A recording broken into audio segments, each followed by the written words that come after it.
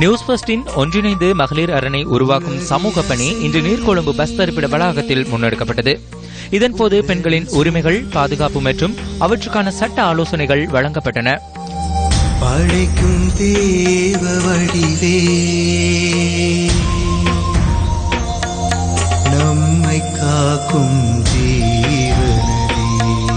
அதனைத் தொடர்ந்து பெண்களின் சமத்துவத்தையும் பாதுகாப்பையும் உறுதிப்படுத்தி தமது கரங்களை வலுப்படுத்தும் நோக்குடன் பட்டிகளை அணிந்த வண்ணம் கைகளை உயர்த்தி பெண்கள் தமது முன்னேற்றத்தை வலியுறுத்தினர்.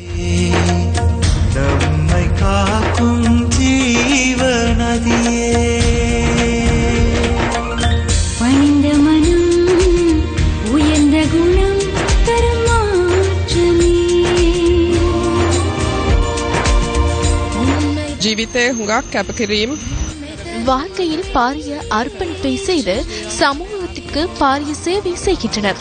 இலங்கையின் வர்த்தக துறைக்கு பெண்கள் வழங்கும் பங்களிப்பினை கௌரவிப்பதற்கான காலம் வளர்ந்துள்ளது என நான் நினைக்கின்றேன்.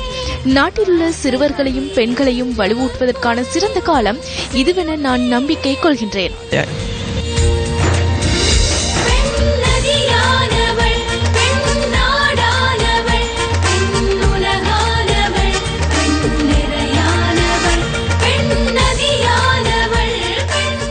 ஒன்றிணைந்து மகளிர் அரணை உருவாக்கி தேசத்தை வலுப்படுத்தும் நியூஸ் ஃபர்ஸ்டின் முயற்சியின் மற்றொரு கட்டம் களுத்துறையில் இன்றைய தினம் முன்னெடுக்கப்பட்டது.